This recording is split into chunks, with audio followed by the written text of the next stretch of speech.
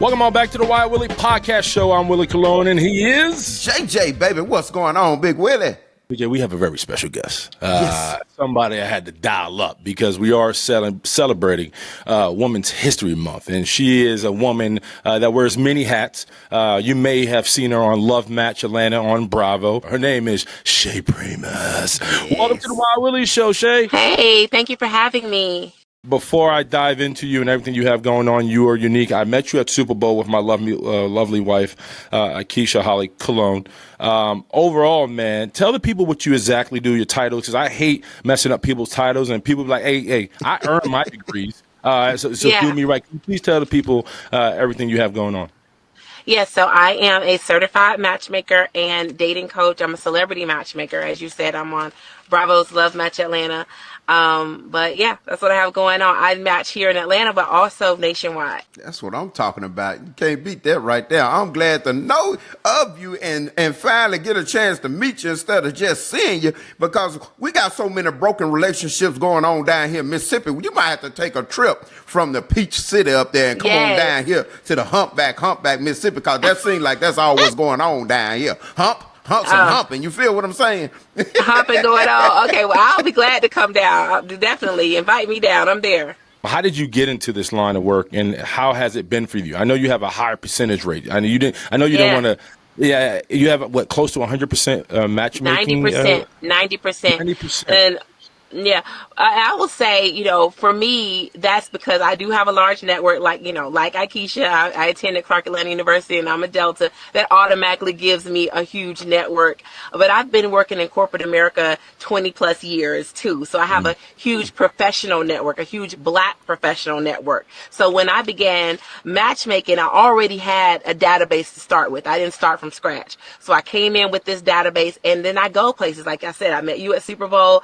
I go to events, I go to conferences, I go where the men are, whether that's fraternity, sorority events, I go to the Boule events, I go to the 100 Black Men events, I go where the men are to find men for my clients. That's good. That's what I'm talking about. I got to ask you a question. What are some of the most challenging connection hookups that you don't have as far as trying to connect people together? What is some of the most challenging aspects you had? Well, I think unrealistic expectations, and that can be from a male perspective or a female perspective. I think sometimes we come in to this with I want this laundry list. I want this perfect person, this Barbie doll or this Ken doll, and nobody's perfect. And look, you're not perfect. So even if you met the perfect person, if you're not perfect, he's not going to want you. She's not going to want you, right? So understanding that people are going to have imperfections. And I think sometimes people can be very superficial, meaning they want, all this money, or he's got to have washboard abs, or she got to have a big old booty. And it's just all these superficial things. When in reality, what you want is quality, character traits, integrity. You want to know that you could trust this person, that they're honest, that they say they're going to the store, they're going to the store. You don't have to check behind them. Like you were just saying, all this humping going on. You want to know that if y'all have a monogamous relationship, you could trust that person to be monogamous. And I think that's what we lose sight of when we have this whole laundry list and these superficial, unrealistic expectations. I'm going to be real with you. The game has changed, right? So I entered the league in 2006, and I jumped into the ball player world where I had the money. I was young. I had no kids. And then as I started courting, if you will, and I started moving around, and I started, I actually met my wife, Akeisha, in Atlanta, right? And so, but one thing I fell in love with Atlanta and Houston and D.C., I met these young Black professional women who had the cars, who had the money, and they were fine and single. And it was, it was easy for me because I had something to lose too. Right. And we both had something to lose. So we met 100 on 100. Like, I like you, but you ain't going to mess with my money. I was like, well, I like you too, and you ain't going to mess with my money. But now we're in a state of social media where the Tinders and the Grinders and Bumblebees and all these other things kind of wipe all that off the table. Now it's like, hey, it's all superficial. If you want to link, let's link, and whatever happens, happens. Has that made your job a lot harder? So what I think dating apps, honestly, is where most people find love. So I don't knock dating apps for that reason. Most people meet their spouse on those dating apps, so they do work, okay? The problem is, and what I find for myself, because, people pay me thousands of dollars to match them. But typically, my clients have been on dating apps. and they've tried it and they've like, hey, this isn't working for me, or I don't like this, and now they're willing to invest. So from my perspective, I don't think it makes it worse or harder. I think it just it changes the game, right? Because we realize that we're all in competition. It's very different from our parents when they got married. A lot of them just married, you know, Joe's in the neighborhood. I went to school with Keisha, or went to school with Mary. I know her, so I'm going to marry her. This is not that. This is Instagram, all these dating apps. You see the competition. You see all the people that you have, you know, I guess that you're up against. And you have to bring your A game to that point. And I think, I think that works from my behalf. It works because my clients, like yourself, want someone who's at par with them.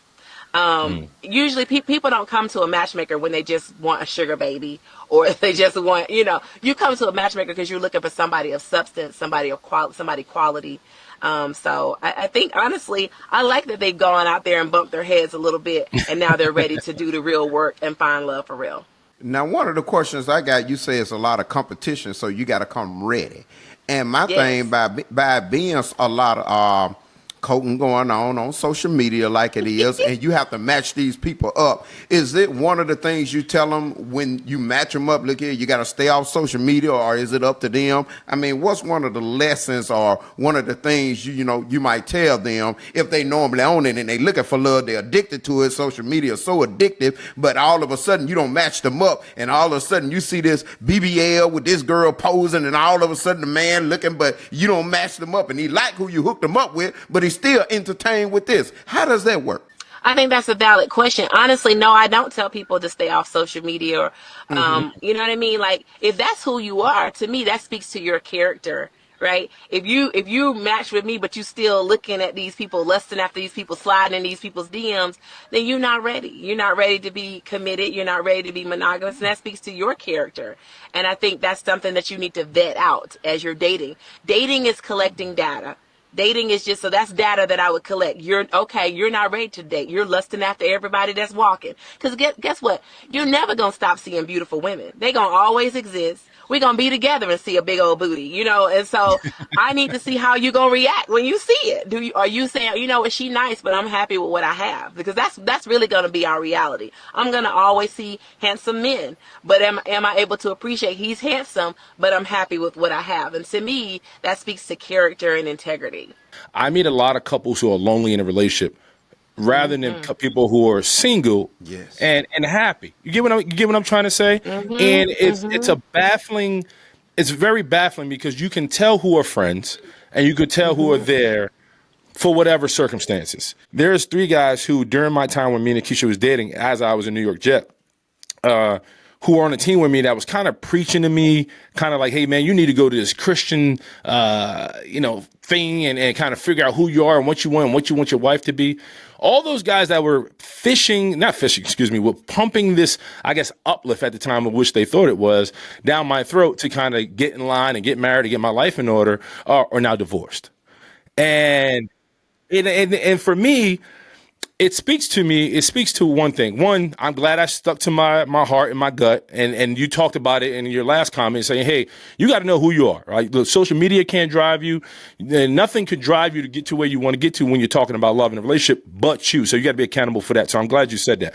But right now, there's a lot of ball players, especially because of social media, because there was a recent photo of a young quarterback by the name of C.J. Stroud, who plays for the Houston Texans, walking out of an All-Star weekend with Amber Rose. And I had made the comment saying, hey, man, like, these dudes grew up watching these so-called ladies, the Amber Rose, these vixens, if you will. So now that they have the money and the clout and they are somebody, they are going to go say, hey, I'm going to go shop and get me one. And now they got one. With all that said, I think the same thing happens to men. I think we get over I think we find ourselves reaching for the stars and not recognizing the beauties right in front of us. Can you speak to us? Like, is that a maturity thing, or is that just men realizing, like, hey, some things are sustainable, or you need to have money if you want to attain those things, or just solely within? I think that that's a maturity thing. I think that we, with dating, especially like in Atlanta, when there's so many beautiful women, right? I meet men who have what I call analysis paralysis. it's like I have so many options. I don't want to choose. Why do I have to choose? And that's really what dating is. And some people are perpetual bachelors. They're not ready to, lock it down. And then also, Willie, you have a lot of people that are like, well, do I really have to be monogamous? And so you have a lot of people who are introducing ethical non-monogamy. Like, can I have my cake and eat it too? You're my wife, but can we have a girlfriend? Can I have a girlfriend? And people are now introducing all different types of models of marriage. And that's very alive and well, especially here. I can speak for that definitely in Atlanta, but I'm sure it's everywhere.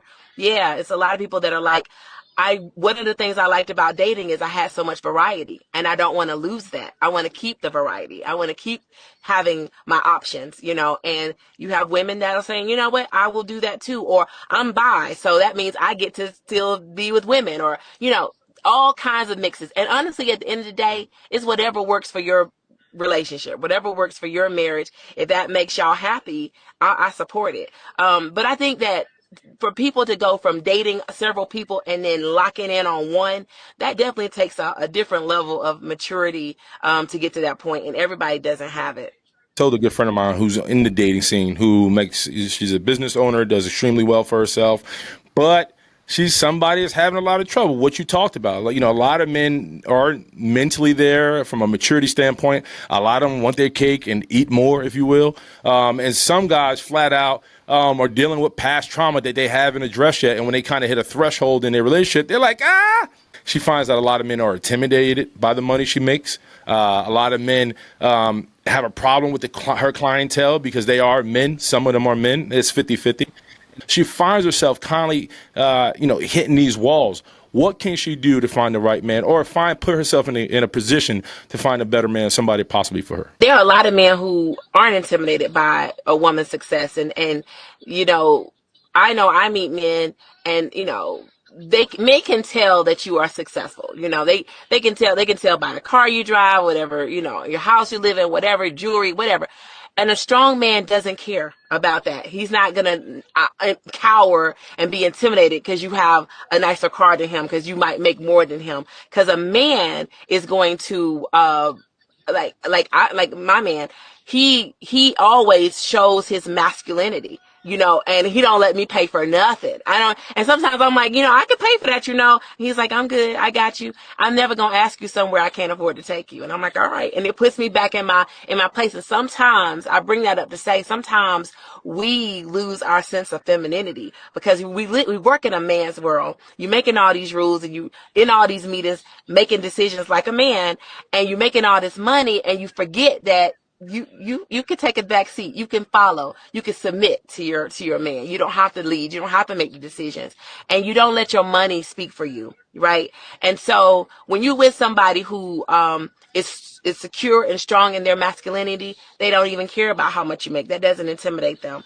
at all. And it's really just about finding that type of person who's not going to be intimidated by you, and will let you know, no, I'm going to lead here. I'll take it from here. And that's what you need. I think whenever we find a man like that, we immediately get back into our femininity and into our soft spot. And it just reminds us, okay, this is my place. I'm good. I can work out of here, And I say that because I do believe in gender roles to a certain extent. I think I'm a modern woman, sure. But, I think even as modern women, we desire to be led to some extent. It's a partnership, yes, but in this partnership, this is my role and this is yours. Does that make sense? You give some uplift, something to tell the women out there, keep on fighting. Love is around the corner waiting for you. Well, one thing I will tell you is that there are just as many single men as there are single women. I think sometimes we have this skewed thought that, oh, it's just a bunch of single women and no men. There are just as many statistics show that there are just as many single men as there are single women. So there are men who are definitely looking. And I think whenever you're born, when you were created, God created you with a partner in mind. You were not meant to do life alone. So he is out there. He is looking for you just as you're looking for him. And a lot of times, women, our issue is we're not getting outside. We're not getting cute. We're not going to the events. We're not going where the men are. And if you want to be found, you got to be in a position where they can find you, like Ruth did. Ruth put herself in position so Boaz could find her. A lot of women say they want their Boaz, but they're sitting at home. And you got to be out where he can meet you and where he can find you. So get out there. Last out of me, can you plug everything you got going on? Where people can find you on social media? Where people can find you on social media? How they can get in touch with you? There's some people that's gonna be watching. It's like, girl, I got to get in touch with Shae. How can they find you? Where can they find you? Please find me. I'm at Upper Echelon Matchmaking.com. You can also find me on Instagram at Shae, that's SHAE, Primus, Primus, matchmaker. And yes, and I'm willing and ready. Like I said, I travel. I was just in DC this weekend. I travel to my clients. I work nationwide. You are awesome. I'm not going to keep you any longer. I know you got to get back to the business. Please come back. Can I call you? You come back? Yes, absolutely. Anytime. It's going to be breaking the chain season where these folks want to get out and about. So I want to be able to lean on you and kind of get Yes. some advice for everybody that's about to hit the scene. Anytime. Thank you so much for having me. Thanks for the invite.